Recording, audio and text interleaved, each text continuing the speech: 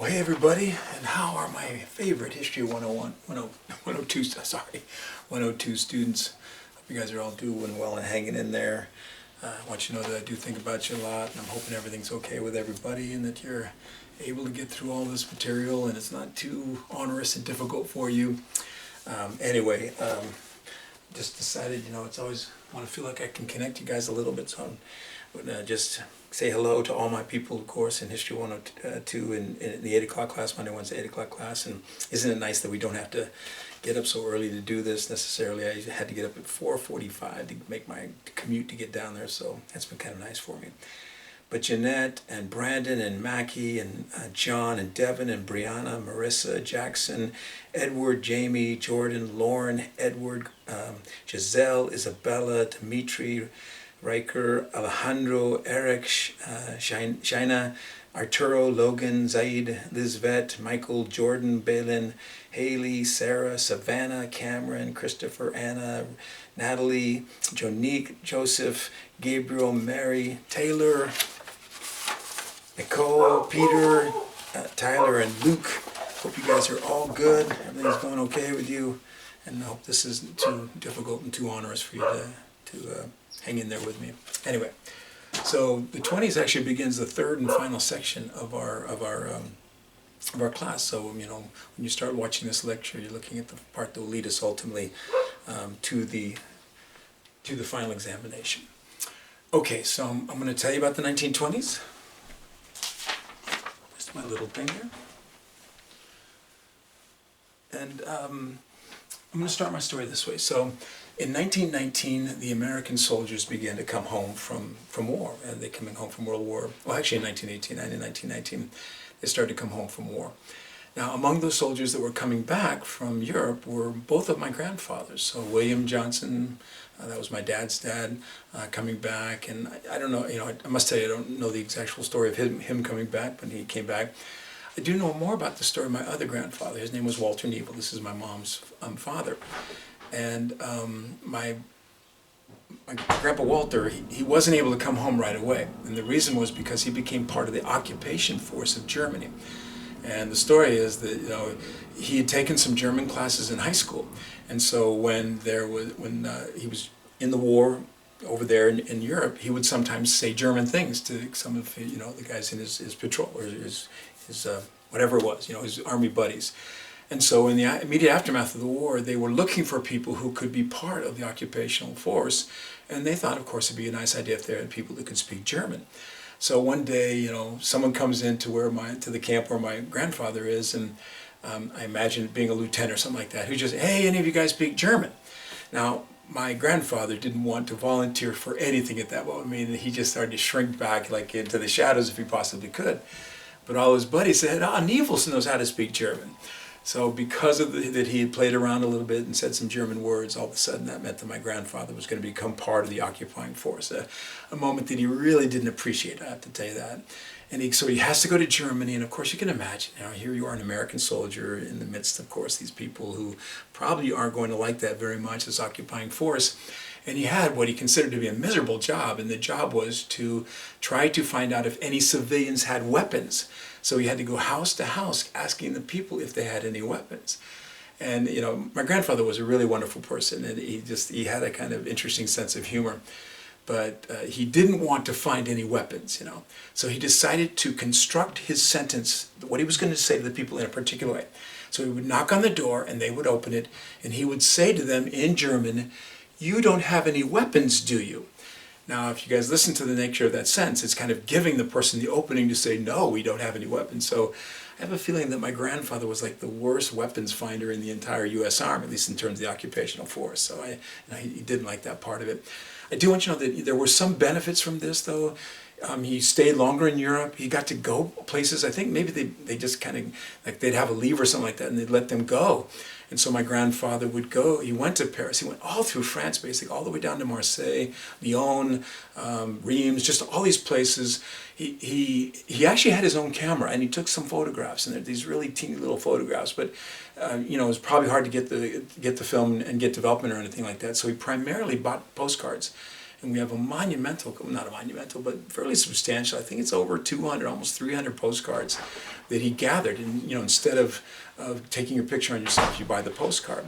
And sometimes he'd write them and send them home to his sisters and mom and dad, or other times he would just collect it, he'd just keep them. And so we have a whole bunch of these. And among his collection, there's a few that are really interesting to me because they are German postcards that actually have German writing. I mean, these were actual postcards that were written by German soldiers.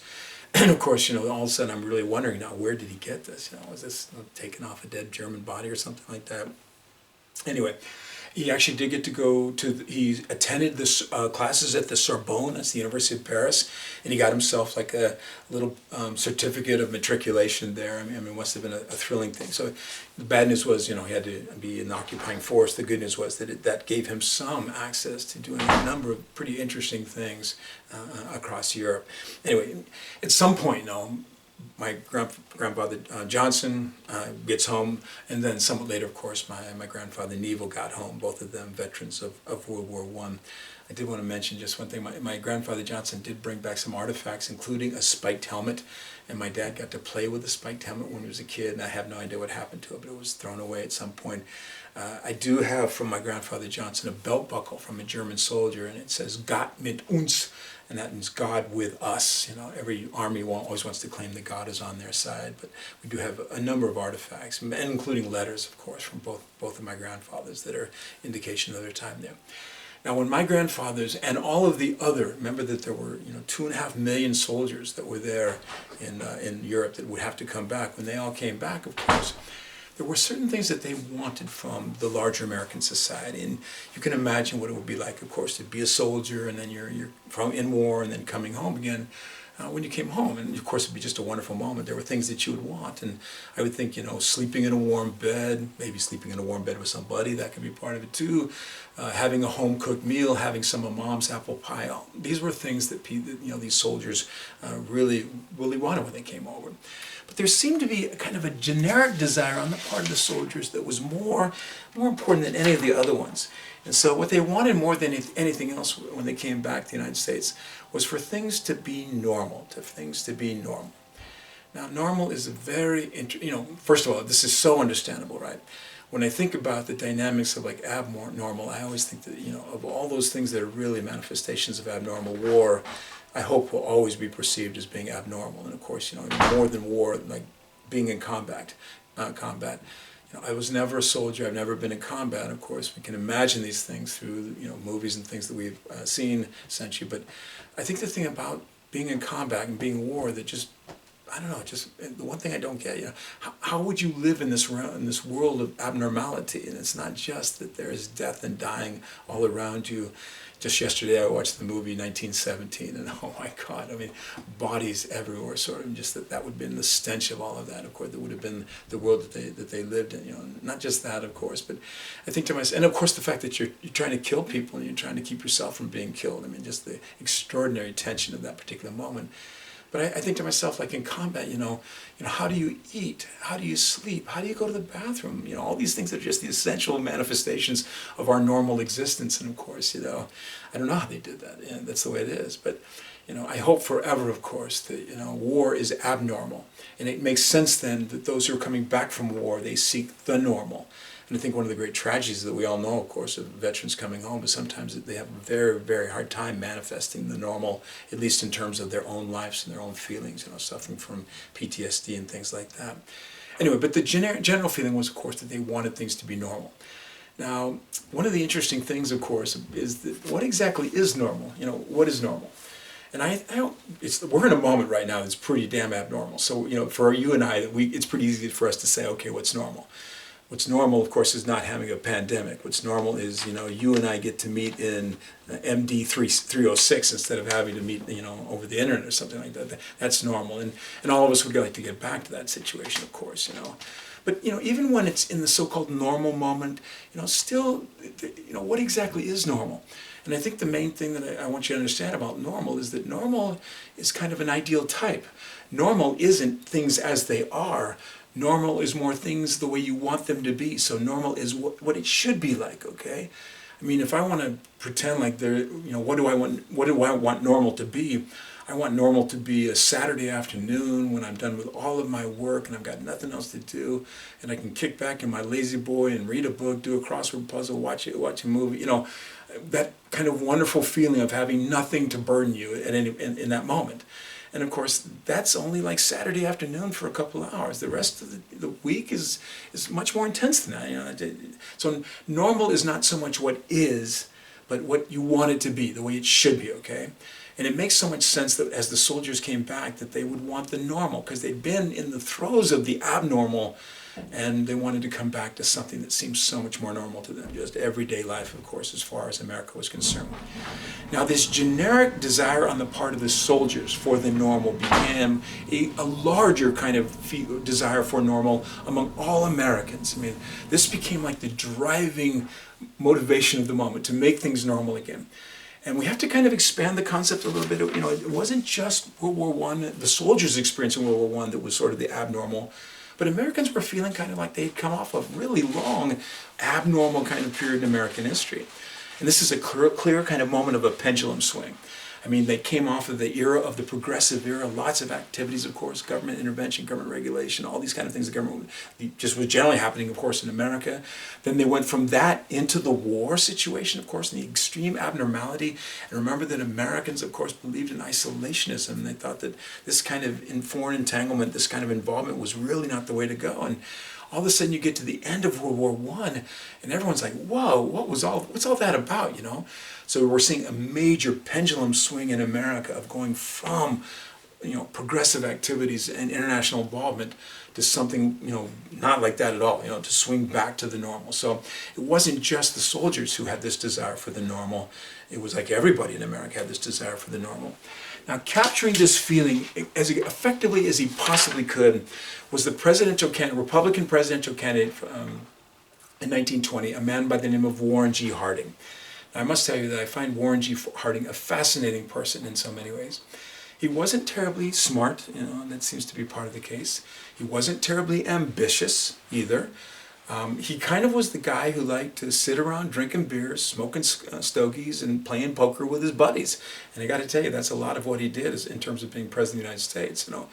But he had people around him who were ambitious. His wife was ambitious. His wife thought that he looked presidential, you know, and I'm not sure that that's a critical demand for the position, but she thought he was handsome and he looked presidential, had that kind of distinguished look. And others around him would kind of support that effort. So, you know, not that he necessarily had any great desire to do this. He's going to run for president. He's a Republican candidate for president in 1920. Well, he was not a terribly ambitious, necessarily super able individual, but he had himself a killer campaign slogan. And indeed, up until this time, this is by far the greatest campaign slogan, most effective campaign slogan in American history. And his slogan was, and I'm sure that he did not come up with this, was back to normalcy. So this is Warren G. Harding offering America this transition back to normalcy, back away from all the progressive reforms, back away from international, back away from what had happened during the war. Let's get back to normalcy. And I have to tell you, this was killer because this is the way everyone was feeling at that time. They wanted to get back to normalcy, and he, you know, was saying that he was going to offer them a road that way. Now, one thing I find fascinating is that Harding hardly even campaigned. You know, he's got this killer slogan. I guess that's all you need. But he stayed at home pretty much in Ohio. He would sometimes sit out there on the porch, and he had a picket fence out front inside of the lawn, and sometimes a crowd would gather, and so he'd feel like if there was enough people, he'd better go down and say something. And he would walk down there and he would simply say to everyone, you know, America, what we need to do is get back to normalcy. And of course the crowd would go wild and they cheer. Anyway, he wins the election in a landslide because he's got this extraordinary kind of, you know, he's connecting to the general way that Americans would feel essentially. Now, this all begs a question, you know, so that makes us think that the 1920s, that's the decade we're entering into, of course, you know, in the moment of his election, that must be then the normal decade, okay? So, you know, this must be a time of extraordinary normality because, you know, the president said back to normalcy and everybody wants everything to be normal. Now, I don't know if you guys have paid much attention to the 1920s, but I don't think anyone would ever describe the 20s as the normal 20s. Instead, they're much more likely to call the 20s, you guys guess what they're going to call it? Shout it out loud so everyone in your household hears it. Yeah, they're the roaring 20s, okay? It's not the normal 20s, it's the roaring 20s. And that's very far from normal. The 20s are a time of extreme expressions of America, and they're so interesting, so crazy. It's a crazy decade that it becomes extremely interesting and extremely compelling. I have to tell you that, this is one of my favorite things to talk about in American history, because I think the 20s are just wild, So many things. It's not a life of normalcy. It's a roller coaster. They're on a roller coaster almost the entire way. And it's the stock market, of course. It's Prohibition. It's the flappers. It's Hollywood. It's sport. All these things that are happening in the 1920s that really make it just a decade of extraordinary exuberance, but kind of craziness, okay? And indeed, who in the world would you think of the 1920s as being normal? It just doesn't make any sense whatsoever. So what this does, it allows me to create kind of the framework of my presentation for the 1920s. And I see the 20s as a decade of contradictions. So you have these you have powerful contradictions that are going on here. And I've already presented you the first one. On the one hand, the notion was that the 20s was going to be a decade of normalcy. On the other hand, it turns into the craziness of the roaring 20s. Okay, there's clearly an essential contradiction there. But there are more that I want to highlight for you. So you can make an assumption that the 20s were also going to be the most sober decade in American history. And the reason they were going to be the most sober decade in American history, and I'm going to let you guess for just a second, and you know what it is, right? It was the 18th Amendment to the Constitution, which was passed in 1920, which instituted the situation of Prohibition. So that creates an assumption, right, that all of a sudden, the 20s, remember that this was the ultimate goal, of course, of the middle-class progressive reformers, that they wanted to make America in the middle, remake America in the middle-class image and get them to all be very sober. So they went all the way to the extremes of outlawing alcohol, basically, through Prohibition. So that makes it, you should make an assumption then that the 20s is going to be this extraordinarily sober decade where no one's drinking and everyone's behaving themselves in this, some particular good kind of way. And I don't know if you guys know, but that is absolutely not the truth, okay? Now, I can't tell you that Americans consumed more alcohol in the 1920s than at any other time in American history. That just can't be the case, because it was in some ways more difficult to get alcohol. But I can with confidence tell you that more Americans were drinking in the 1920s than ever before. And the reason for that is that there was a big element of the society that began to drink in the 1920s that generally had not been drinking before. And that element was, can you guess, was women. Women started drinking in the 1920s in ways that they had never done before. I'll tell you more about that when we get to the flappers. But it's incredibly ironic that women are starting to drink at a time when it is at least nominally illegal to drink. Now, what I wanted, so it's an incredible kind of moment of contradiction. And really, the essence of the contradiction is the extreme hypocrisy of Prohibition. So let me, I want to give you at least some on Prohibition. And, whenever you hear these kind of things, if you're interested, this would be a great history topic, for your history project if you want to look into it. All these kind of strange, crazy things that are associated with Prohibition. Even the law itself is contradictory in many ways. So the 18th Amendment made it illegal to produce and distribute alcohol. So it's illegal to produce and distribute. But it didn't make it illegal to consume alcohol. So it's not illegal to consume alcohol. And indeed, if you wanted to make alcohol for your own domestic consumption, you want to make your own booze, you could do that absolutely legally. And I have to tell you that what that meant in the 1920s, that there were all of these kits that were put out there. So you could to make your own beer, to make your own wine, whatever. And I got to tell you, the kits sold like wildfire. But I also tell you that, routinely people would do a really bad job of creating alcohol. And routinely they're making stuff that's just like wood alcohol, of course, and kind of killing themselves as a result of that. But so, it's interesting. On the one hand, it's illegal to produce and distribute. It wasn't illegal to consume alcohol. So right there, you're creating kind of a fundamental contradiction. It was also legal, for instance, for doctors to prescribe alcohol, which just seems kind of amazing. So you went to the doctor, of course, a doctor, I've got an ailment, I need some wine. And then next week you go back and doctor, I need some scotch. I'm going to have a guys over for a poker party. So, that became a component. It's kind of like medical marijuana in the way that would manifest.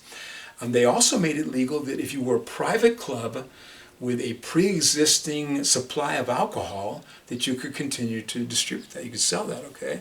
So these clubs knew this was going to happen, and they create themselves basically, and they warehoused massive quantities of alcohol, so that would help them to endure decades or something like that. And so these guys, these clubs were they would pop up all over the place. And of course, they were nominally private, but you could go to the club and you could buy like a 30-minute membership, and you go in there and have, and that's totally legal. So that kind of it's a demonstration of sort of the craziness and the hypocrisy. the essential demonstration of hypocrisy was that, although they are outlining the production distribution, there was alcohol available just about everywhere you went in the United States of America. So in every town and every city, there were going to be what they called the speakeasies. And the speakeasies, just the notion is, of course, don't talk too much about it, because, of course, it's an illegal activity. When I tell you the story, I always have an image of this area of Chicago. And the area looked kind of like an old warehouse area with very little life whatsoever taking place. And the buildings were just these big kind of square buildings. And the windows are painted black so you can't see inside of them. During the day, there wouldn't be much action at all, But at nighttime, all of a sudden, the streets would be filled with cars, and there'd be couples and people walking down the sidewalks. And if we just jump in behind one of the couples, we could follow them, and we would see that they would drop down into like a little stoop where there's a door, and they knock on the door, and the slide would open up, and some eyes would peer out at you, and you had to know the password. So Joe sent me or whatever it was, and if you had the right password, they would open the door, and you would enter into this world, of course, of all kinds, as much alcohol as you could possibly imagine. But the essential expression of the hypocrisy was that as you walk in, you're walking by, the mayor of Chicago, the chief of police, the head of the fire department, the local congressman, the local businessman. All the establishment would routinely be there, of course, and consuming alcohol in whatever way that they wanted to. Now, they all had to keep up some level of appearance. So periodically the police would have to raid, just to make sure that, kind of on the up and up here. But sometimes, of course, the cops would just simply, hey, we're coming to raid, better get it ready so that they could put everything away. And even when they didn't warn them, they had a system to kind of deal with it. So the cops would have to come in through the front door, and they'd always put the alcohol as far back as they could. And oftentimes they'd have the alcohol just sitting on collapsible shelves. And so, there's always going to be a door person who's watching. So he would ring a bell that would mean the raid is taking place. And the guys in the back would simply collapse the shelf, and all the bottles would fall down into a cement area with a drain. And by the time the cops got there, there's just tons of the odor, the smell, of course, of alcohol and broken glass on the ground. So you could diffuse the situation that way. So, this is just one more kind of these symbols of the nature of Prohibition. One of my favorite stories associated with Prohibition is that during Prohibition, the largest distilleries in the world were located in Canada on the American border. So the question is, for whom are the Canadians producing all this alcohol? And so the Canadian government, of course, had to at least show that it was adhering to American law. So they would periodically investigate these distilleries. They're located like in Windsor, in Ontario, Canada, just across from Detroit. So they would go to these distilleries and they would look through the books to see what's happening. And as they looked through the invoices, they would find that all of the alcohol that was being produced that was not going to Canada was going to like Jamaica. It would say that it would go to Jamaica, all this incredible amount of of alcohol to Jamaica. So they'd go back to the Parliament and they would report, and they would they'd make this report, and they would say that X number of gallons of alcohol are going to Jamaica.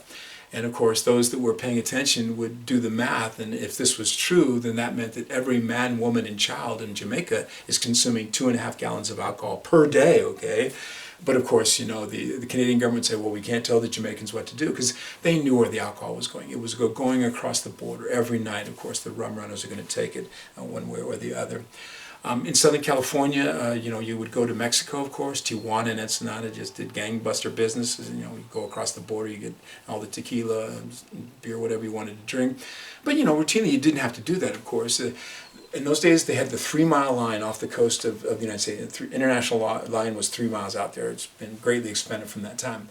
So during the day, you could look out and you could actually see ships sitting there. And these were the ships that were just laden with alcohol. If you wanted to, you could go out there to the ship, of course, and drink, but most people don't want to do that. So all day long the ship would sit out there, and then all night long the rum runners are going to go back and forth, basically, of course. And of course there were interdiction efforts, essentially, but routinely, the rum runners were going to get as much as they could. It is actually the foundation of speedboat technology in America.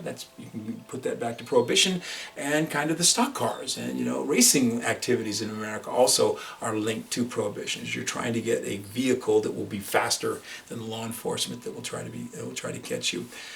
There is a story of a company in Long Island who were building speedboats, and they were simultaneously contracted to the rum runners and law enforcement at the same time. So it shows you the hypocrisy. This company is building speedboats for the rum runners and speedboats for law enforcement at the same time. but the rum runners would pay them a premium so to spec them up just enough that they're that much faster, of course, than law enforcement. And just these are the kind of things you've seen kind of routinely as far as prohibition is concerned. And of course, what happened, here's the problem. You are denying the production and distribution of alcohol, so you're denying the supply, of course. You're outlawing that supply, and if you outlaw the supply, of course, then the outlaws are going to take over. And the biggest result of prohibition, I'm sure you guys know, is that it will institute a massive expression of organized crime in America. Someone's going to step forward, and someone's going to provide the alcohol that everybody wants, basically, and that will come pretty much in the guise of organized crime. In the end, prohibition proves to be just a monumental disaster. The rest of the world looked at us like, are you guys crazy? And of course, we are. We all know that in terms of the United States of America.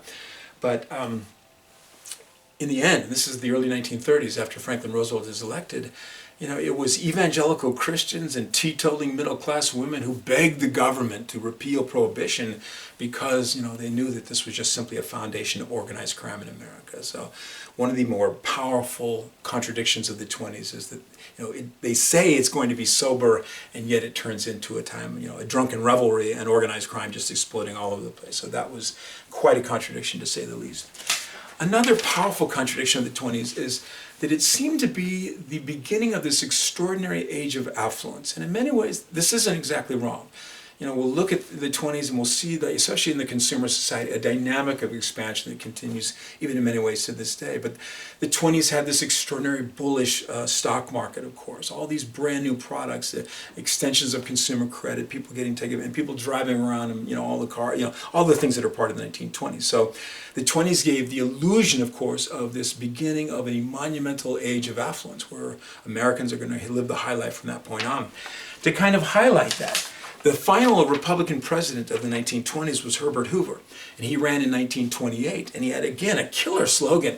And his slogan was, a car in every garage and 2 chickens in every pot. It's an essential campaign slogan associated kind of with, affluence, that every American is going to have this wonderful situation. Everyone's going to have a car. Everyone's not going to have just 1 chicken, but 2 chickens. That means that you get seconds, you have leftovers, for crying out loud, okay? So he's elected, again, kind of in a landslide with this extraordinary campaign slogan reflecting the notions of affluence. And within months of his inauguration, of course, the economy has gone over the cliff into the greatest economic catastrophe in American history.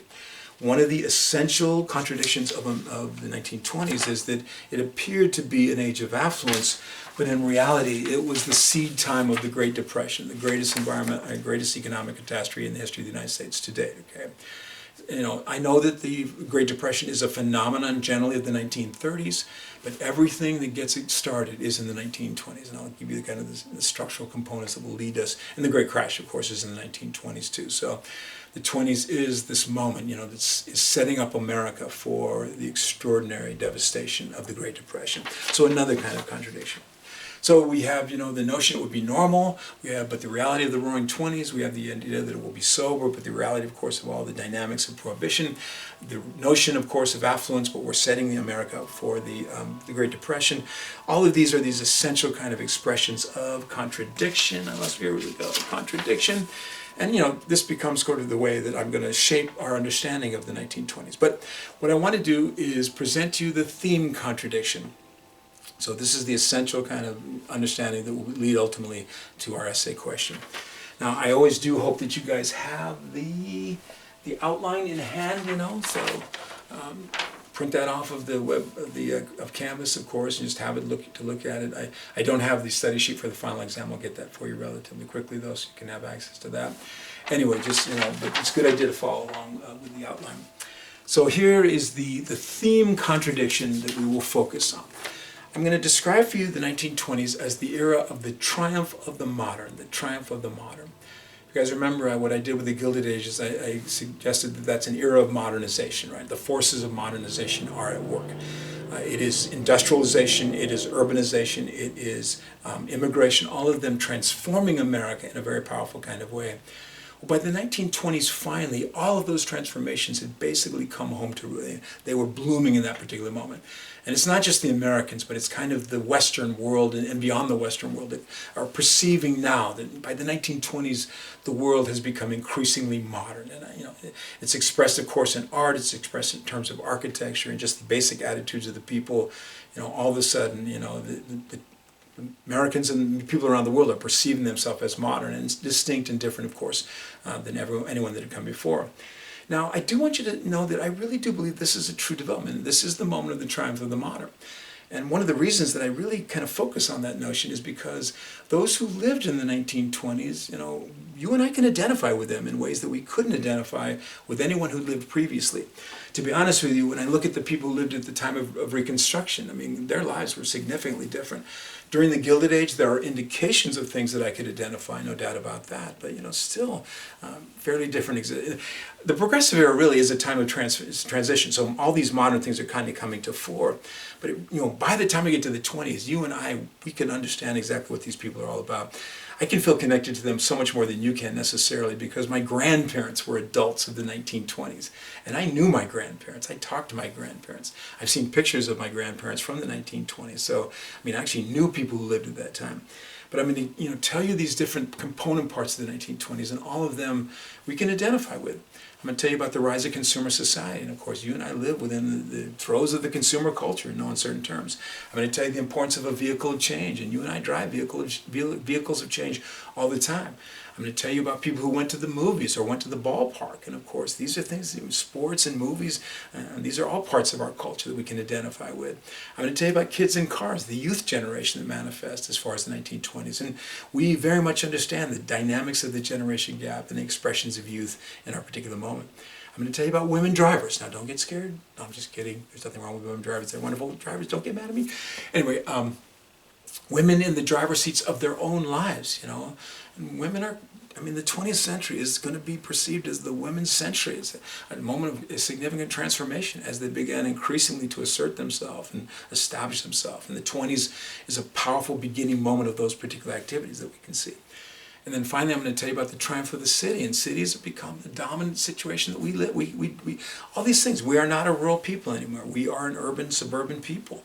And all these things are beginning to really manifest in the 1920s. So, we call this the era of the triumph of the modern because, I got to tell you, it's when the modern is triumphing. And we can see this in the fact that we can identify with all these things. It's interesting to me, we can identify with them. They'd have a little bit harder time identifying with us, right? Because we've taken all of their stuff and expanded upon it in a massive kind of way. But this is the moment of the triumph of the modern.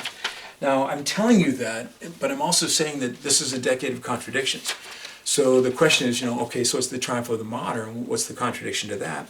It also is a decade of an intense reaction against the modern. So that means that as all these modern changes are taking place, there are some in America who increasingly are feeling left behind. And they had previously been the majority. They had been the majoritarian expression, essentially. And those people who lived in the countryside, those people that had that kind of older American cultural values. And they find themselves, in this moment, of course, of relative decline. And I got to tell you, when people have been in the majority and begin to lose that position, they routinely do not go gentle in the night. They fight back. So we have this moment of intense modernization, but also an intense reaction against it. And indeed, you could describe the 20s as a decade of cultural civil war. It's interesting, I think we're kind of, again, in a moment of cultural civil war. Maybe there's just a continuum of cultural civil war that begins in the 20s and lasts even till this day. But clearly the 20s was a time of a powerful reaction against what was happening, creating this, adding to the craziness of the decade. It's already crazy enough. Yes, the modern is coming along and triumphing, but there are those who really are hostile. And I want to give you a look at some of the responses to the situation, such things as the Red Scare, or the infamous Sacco and Vanzetti situation, or the resurgence of the Ku Klux Klan, or the infamous or very famous Scopes trial that took place. These are all manifestations of the other side of the 20s, those who don't like the way that the modern society is going and those that are rebelling and fighting back as best they possibly can. I do want you to know, though, I mean, the primary thing that's happening here is the triumph of the modern. So my stories, and by the way, their essay question is, the 20s is both the time of the triumph of the modern and intense reaction against the modern, and discuss both sides of the contradictory decade. I want to start with the triumph of the modern, because this is the major development. This is the way America is going. So we're going to start to look kind of at those factors which are manifestations of a modernizing America. And the first one I'm going to start with is what I call the rise of the consumer society. So this is one of the powerful developments that really begins to manifest by the time we get to the 1920s. Now, just to set this up just a little bit, you can't really tell the tale of a person until they're gone, right? As long as a person's still alive, kind of, they're still shaping the nature of their story. So you can never fully take the account of a human being until, of course, they've died, and then you can sort of look back and see the entire situation. That's also very much true of a nation or a civilization. So you can't really tell exactly what a nation's all about, until it's said and gone. And, the nature of history suggests that one day the United States of America will collapse and will disappear. Something that's just the way it is. Look at the scan of American history or the world history, and you see all these civilizations that, of course, were there and then they were gone, essentially. So we can't really take the measure of America just yet. But I'm going to kind of play with the idea of maybe beginning to try to do that. Now, what we do when civilizations are gone, we assess them, of course, and we kind of generalize about them. So, for instance, when we talk about the ancient Egyptians, you focus on kind of what was important, what seemed to be the most important for them. And for the ancient Egyptians, it seems to be this obsession with the afterlife. It just seems so interesting, of course, that they will spend their entire lives preparing for the afterlife. And, of course, the monuments to this are of the elite of the pharaohs, and they built themselves, in the grandest expression, the huge pyramids, of course, and extraordinary grave sites, and all the things that they would put inside there. There could be a boat in there, there could be a chariot in there, there could be mummified dogs and mummified cats, of course, not to mention the mummified pharaoh and members of his family, and all the things that they would need, of course, in the afterlife with tremendous and beautifully decoration. So when we generalize about the Egyptians, we often talk about their obsession with the afterlife, because you can do that, because that's what they were all about. When we generalize about the Greeks, the ancient Greeks, we talk about their cultural creativity. They weren't necessarily politically able to bring it all together. In fact, they were relatively politically disunited, but they were kind of amazing in their artistic expressions of sculpture, of architecture, their drama, their history, of course, their vases and urns, the ceramics that they would do. There's just a whole bunch of things. When we look at the Greeks, we're kind of their philosophy, all the wonderful things that they were all about. When we look at the Romans, of course, again, a civilization that's gone, we focus on the notion of the imperium.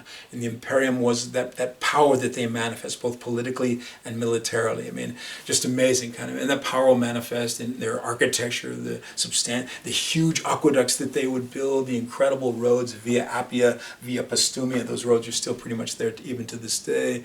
Their big arena like the Colosseum, all these things they did that were manifestations of their extraordinary power. They were just a city, right, that expanded to become this monster empire that dominated the entire Mediterranean area. And we remember them in a variety of ways. And during the Republican period, of course, the Republic was ruled by a Senate, and the Americans will honor that by having, of course, our upper house in our Congress also called the Senate. So the Romans are remembered, of course, for their power and their imperium. So, given all that kind of stuff, what will they say about America? And of course, I've already told you we can't do it because it's not done yet. But I'm just going to guess, okay? So I'm going to pretend that the United States is done and gone, and of course they bury it and they give it a headstone. So it's going to look something like this, USA, R.I.P., rest in peace. And here's the part that I didn't, this is me drawing this, unfortunately.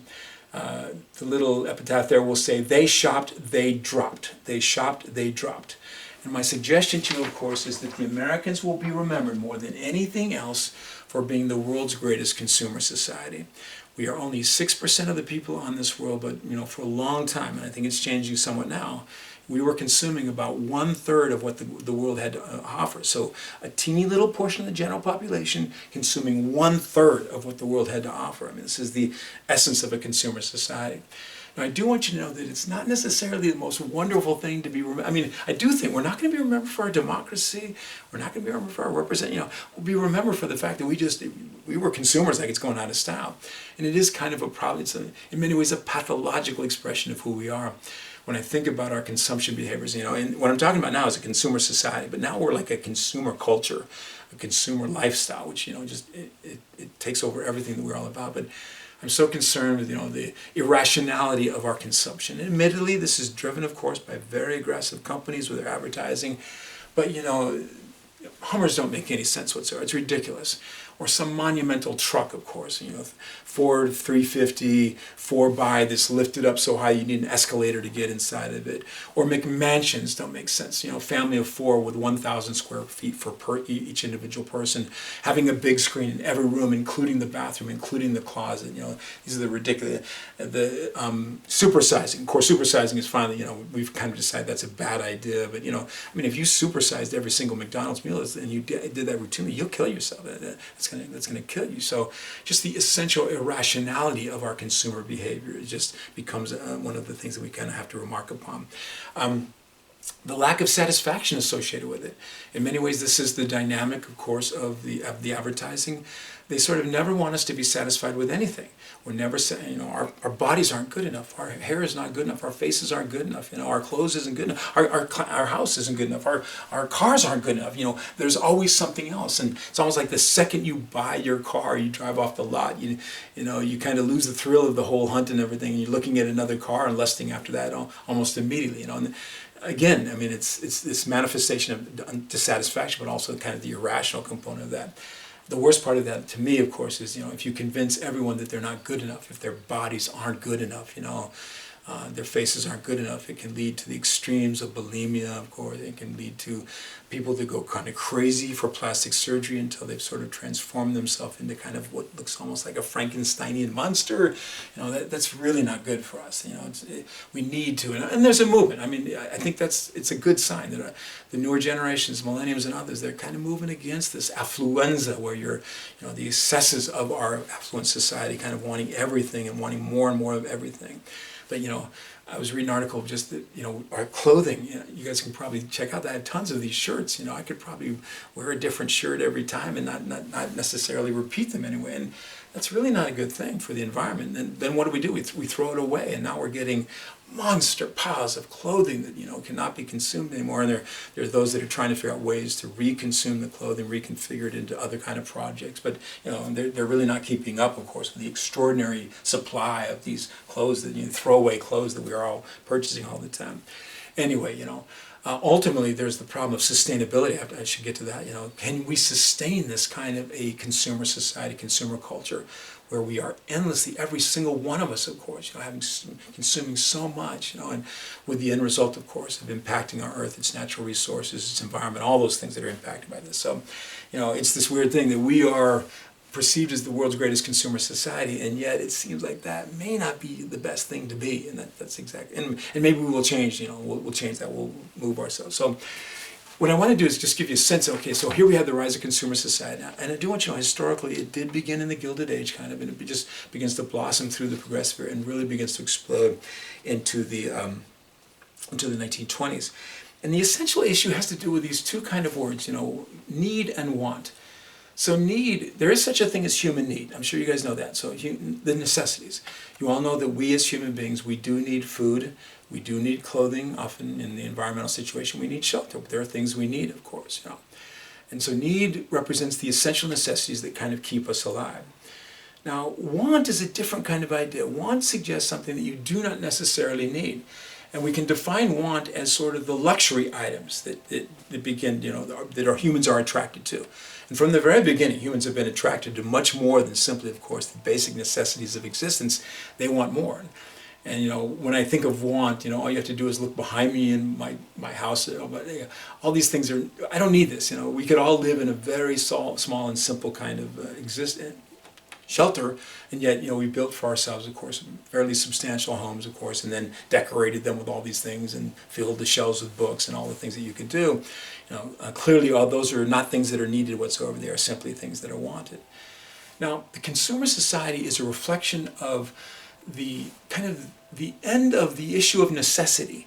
Now, when I say this, I think to myself of all the Americans who are struggling, those who are homeless. Clearly, their basic notions are associated almost always with the situation of necessity. They need food, they need clothing, they need shelter. But for so many Americans, that's not a thing. I have never needed anything in my life, it's all been there for me. I think there have been 2 days in my life where I didn't have enough food. And one of them was when we were on a backpack, or both of them were camping. But we went on a backpack and we kind of overused our food, and we ended up with a day where we just didn't have anything that day. And that was, it was annoying, but of course it wasn't life endangering or anything like that. So you're looking at a person who's never really needed anything. My necessities have been filled throughout my entire life. So in a consumer society, what happens is you switch things a little bit. You don't need stuff anymore, but what need becomes want. Or I should do it the other way. Want becomes need. So what you want, and of course those are luxury items in a consumer society, are what you begin, that's what you need essentially. Now I'm going to use my wife as an example. I'm going to talk slow because she might hear me. But periodically in our relationship, my wife has come to me and she has said to me, I need a new purse. She said it many, many times. Now in one moment there where I just decided we were going to confront the semantics of this situation, the reality, she said to me she needed a new purse. So I went into our walk-in closet with her, and I looked up on the shelf above all of her clothing, and I counted on that shelf that there were 20 purses, swear to God, 20 purses. And so I said to my wife, you don't really need a new purse. You want a new purse, right? I just wanted her to just recognize that simple fact. And of course, the whole lesson was lost upon her, and we very quickly went to Make Company to get a new purse, And of course, what happened then is you were walking out of the store with a new purse, and she says, I need some new shoes to go. But what she was doing was she was really reflecting the dynamics of consumer society. We don't need that stuff at all. In fact, you go to a major mall and you look in a mall, and there's almost nothing that anyone really needs there. I love those novelty shops where they just have crazy stuff, where they have that, I don't know what it is, but it's like a xylophone thing where there's just a whole bunch of little metal bars, and you just take a stick and it makes a cool sound, I swear I do that and I think I'd like to have one of the, why would anyone want to have that? Or I remember picking up one of those rain sticks, where you just would turn it upside down and all this stuff. It sounds really cool. And then you go like that. Or one thing I really did want was a didgeridoo. I think the didgeridoo is super cool. But who the hell needs a didgeridoo? None of us need any of this stuff, right? And that's the point. In a consumer society, increasingly, it's what you want. What you want is what you need. You need to have these things. We do develop to the point where we actually do. We need a cell phone. The reality is you don't need a cell phone, right? We need a computer. Well, you could live without a computer. You don't need a big screen TV. We don't need any of this stuff, right? We could live without any of it, essentially. But the consumer society is turning these things, which really are the luxury components of our existence, into the necessities. It's the essential thing. It's a transformation of the need and want dynamic, of course, where things that were luxurious, which were simply those things that you would want, become those things that we really need. And that's just the way it's going to work. Okay, so the consumer society is beginning to appear, of course, and what I want to do is give you kind of what are the components, what's happening in the 20s to make that consumer society begin to function. So here's my first thing. One thing that really is a reflection of the emerging consumer society in the 1920s is an increasingly mature industrial, that didn't work out very well. I wanted that to be industrial manufacturing, increasingly mature industrial, it's supposed to be manufacturing, so sorry about that, all right? I guess it could be a mature industrial society, but I wanted to focus our attention more upon the manufacturing component of what's happening here, okay? The American manufacturer were the first manufacturers to begin to realize that really what they're doing is they're going to start making luxury goods, okay? The necessity issues, they're okay, they're nice, but make the luxury stuff, make the stuff that nobody needs, make the stuff that everybody wants, the niceties of our life, start making that. The American manufacturing establishment was the first to begin to really venture in this way. Whenever I think of this, I always think of what the Soviet Union did. So the Soviet Union is formed, they've got a super torn up economy in the aftermath of World War I. They enter into a series of 5-year plans under Stalin to rebuild their economy, which they did, and they became the third largest economy in the world by 1939. But this was an economy that was based only upon the essential necessities, building those things. So they built, of course, all the implements of warfare, but tractors and locomotives and iron and steel and all that kind of stuff. And every May Day, of course, the people would be brought into the Red Square there in Moscow to admire all the productivity of the Soviet Union. But they then went home to their miserable existence because there were no consumer durables. There was nothing nice about their life. Even things like toilet paper were horrible as far as the Soviet Union was concerned. This always makes you think also, in the 1950s, there was like a World's Fair in Moscow, and the Americans decided that the exhibit they were going to present was simply an American household, and the Russians would then walk through the household, and at the very end of this, and getting to see all the cool things that Americans had. And at the end of this little trip through the household, they gave everybody a teeny little Dixie cup of Coca-Cola, to taste America. And the Russians lined up 25,000 strong, day after day after day, to get that little taste of the wonders of American consumer society. The Americans were the first to realize, make these things that nobody needs, really. Nobody needs them for existence, but everyone's going to want, of course. And wanting becomes need, essentially, and that's one of the driving forces. So the Americans were the first to establish a mature industrial manufacturing, focusing on really luxury items, of course, which I'll tell you about just a little bit. All right. Another major development. This is critical. What American manufacturing is going to create, we call them electronic consumer durables. And one of the things that had to happen, of course, was that they had to electrify the home. The electrification of the home became a huge phenomenon by the time we get to the 1920s. I hope that some of you guys can remember that the very first publicly electrified place in the world was Wall Street way back in 1882, as Edison creates his system there of generation, distribution, and lighting up Wall Street. And you all know that wasn't going to stay there. It's going to spread across the entire world. You get this electrification taking place. By the time we get to about 1908, it's about 20% of America has electricity. So in the progressive era, about 20%. So that's probably going to be most of your major cities, but very few other areas. By the time we get to 1929, though, it's 60%. So the majority of America has now been electrified, and that would be every major city, every minor city, and many of the towns. And the areas that were being left behind at that moment were simply the rural areas. And I want you to know that 10 years later, in 1940, we're looking at essentially 100%. The American grid has been established, and that's actually the problem, right? Because our grid is relatively old. But you'll have almost virtually 100% availability of electricity all across the United States of America. But the electrification of the home allowed, of course, for Americans to buy these really cool consumer durables that nobody really needed, bring them home, plug them in, and of course take advantage of them in a variety of different ways. So another critical part of the rise of consumer society. Here's another one, and that's the extensions of consumer credit. This became a huge part of the rise of consumer society.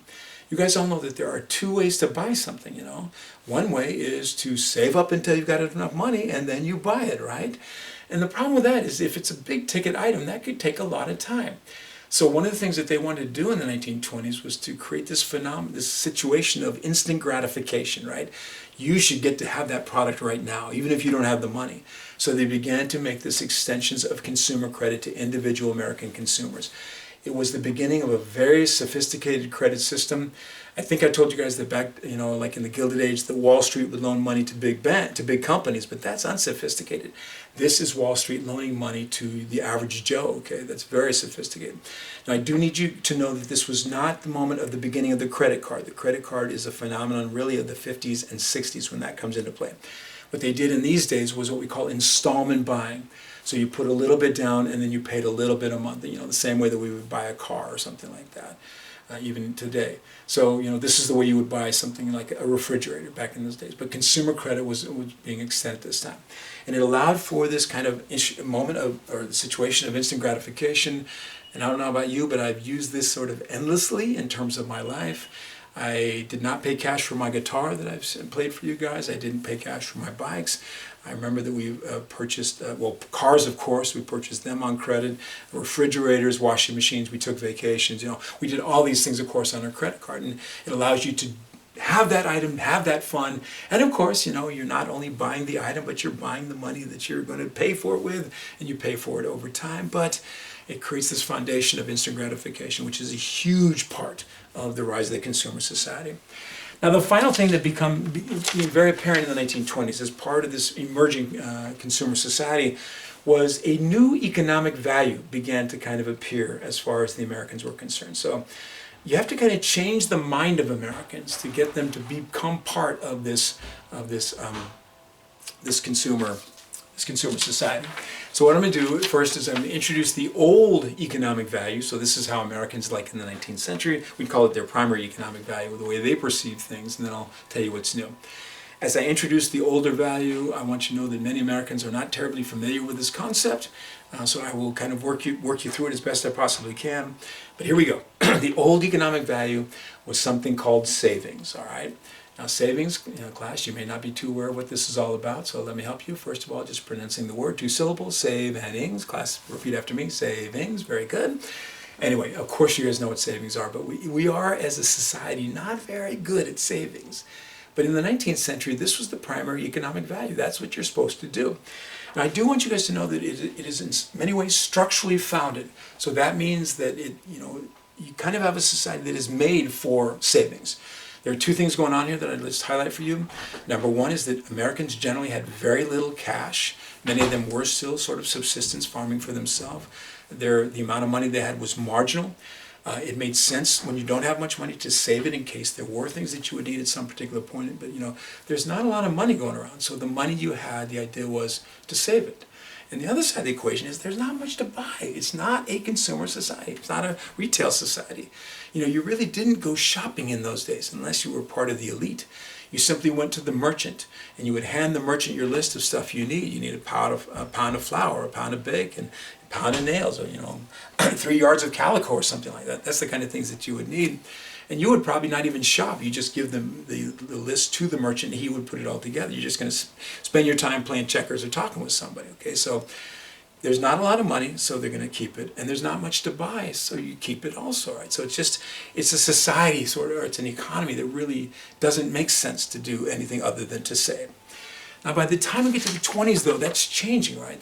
There is more money available, and most importantly, there's a whole bunch of really exciting new products. So the new economic value that began to appear, and we could call this the S dichotomy if we wanted to, So the old was savings, the new, of course, is going to be spending. I'm sure you don't have any trouble identifying with this, When you got money, when we get money, the thing we do with it is we spend it. And although we were sort of railed upon endlessly, that we're not saving enough, I think it was right around 2008 that there was this realization that Americans had a negative saving rate. So that meant that they were spending more money than they were saving, absolutely. There was some rectification of that, and we increased savings in the aftermath of that economic crisis. But now we're kind of moving back to where we're tending to spend more than we save, essentially. Anyway, I must admit I'm a relatively fiscally conservative person, so my wife and I do have savings. But the only way we could ever save is by having it withdrawn from our paycheck and put into an account that we can't touch. That's guarded by armed guards with Uzis, and that they actually require you to give your right hand. If you actually want to get any of your money back. If the money comes into our checkbook during the beginning of the month, we're going to spend that money. That's just the way it is. And every single year since I got married, we have increased our income, and every single year since I got married, we have increased our spending. That's basically the American way. And you guys all know that if we didn't spend, it would be incredibly damaging to our economy. So it's almost like we have to continue. Consumer spending is a critical driving factor, of course, of a continuing robust economy. So the rise of the consumer society is based upon a more increasingly mature manufacturing situation. It's based upon the electrification of the home, bringing electricity to plug your consumer durables in. It's based upon consumer credit, allowing for the instant gratification, of course, in terms of purchasing, and ultimately based upon a new economic value. Savings begins to decline, spending becomes the kind of focal point of behavior, and these all become driving factors. And I can't really not talk about the most exciting part, really, of the rising consumer society, and that is that there's all these really cool things to buy. I mean, that's kind of our problem, right? You go to a store. Every time I go to a store, every time I look online, every time I look in a catalog, I see cool stuff. I know that I don't need it, but I look at it. Oh, wow, that'd be fun to have. And sometimes I do actually do it. Sometimes I don't. But let me just do a quickie little here on the consumer durables that became available. The 20s is a time of an explosion of products. And there's a whole story of like the food products at that time and the candy products. In fact, that would be kind of a fun history project for someone to kind of examine exactly what are the new products of the 1920s. But I'm going to focus your attention on electronic consumer durables, which were new and exciting and everybody wanted them. And just for fun, I'm just wondering if you could guess the number one best-selling electronic consumer durable of the 1920s. And the hint is that it's really boring, but it's still important in its own way. And I'm going to pretend like I'm doing it. You guys get what's going on. Anyway, it was the iron. You guys guessed it, didn't you? The electronic iron, of course, was the greatest, best-selling electronic consumer durable of the 1920s. Irons are called irons because they used to be a chunk of iron, and you'd heat the chunk of iron on the stove, and then you would use it to press your clothing. And the fanciest ones were like you'd have two chunks of metal, but you'd have a removable handle, so you could like have one on the stove while you're working with the other one. But regardless, those pieces of metal are always going to cool off. And the thing that was so remarkable about the electronic iron, of course, was that it kept its heat. And I always love how the ambiguity of development. So the good news was it kept its heat, and the bad news was it kept its heat. Because if you left it laying down on your clothing and walked away, you might light your house on fire or something fun like that. But the electronic iron was the number one best-selling consumer durable.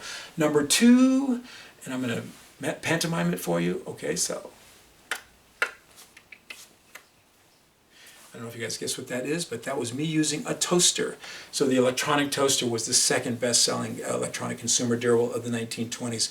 I had a student that actually collected some of the really old ones, and the one that she brought in was interesting to me. It was an exposed situation where you could actually touch the electronic filament and burn the crap out of yourself.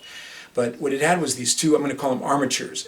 So you'd put your bread in the armature, and then you'd slide it in, you'd fold it in next to the filaments, and it would be toasted. And then you had to reverse that. You had to kind of turn the piece of bread around. So it's a little bit of a manual toaster activity.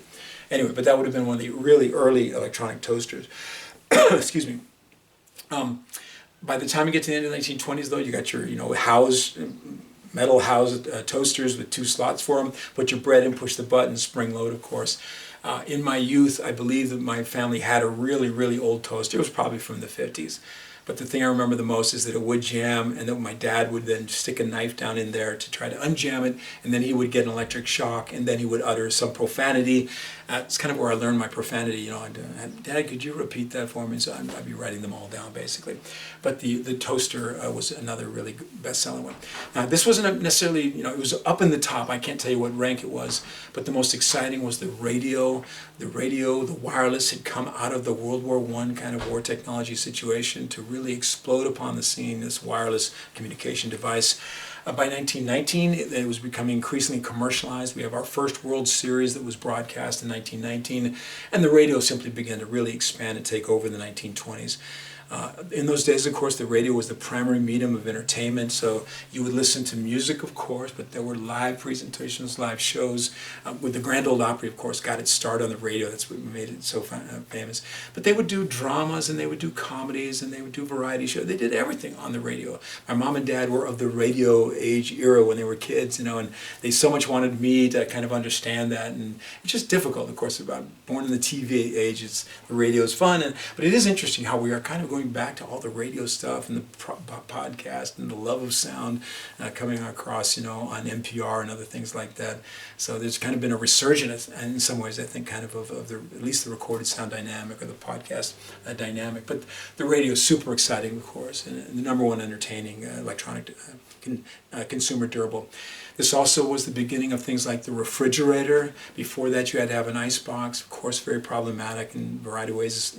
Ice is going to melt. You're never going to be able to have ice cream. Now they bought, and those early refrigerators were strange things, kind of up on legs with a box about this tall and the motor on the top of it. And you'd open them, heavily insulated, of course, opened up in a small interior area. And tragically, almost all those refrigerators had latching doors so that they would stay closed.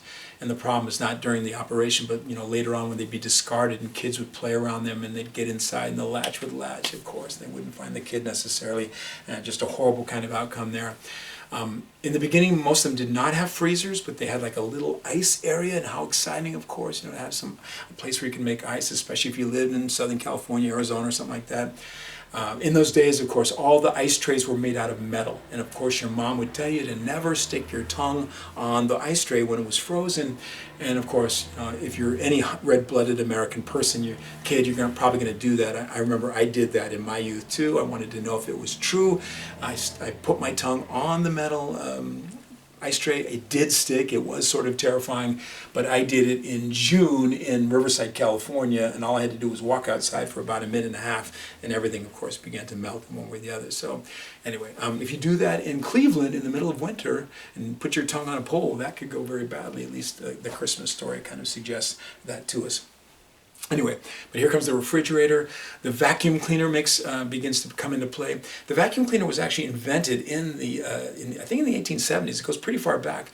But in the beginning, they were these monumental Zamboni and just big, huge operations, really only for the wealthiest people. And in fact, I remember reading about a Gilded Age party that was just about the vacuum cleaner, and everyone's brought over to kind of drink cocktails and watch these two men operate this monster vacuum cleaner thing. Well, by the 20s, you've got your uprights and your down lows. I don't know what they call the other kind of, it's become the Hoovers and the Eurekas are beginning to make their appearance, of course, and Americans get to take advantage of that. And then there were washing machines. The first washing machine, of course, is a human being with a rock and a stream or something like that. And then later on, you had the washboard and you have the bucket and you do that. The first washing machine was invented again about the 1870s.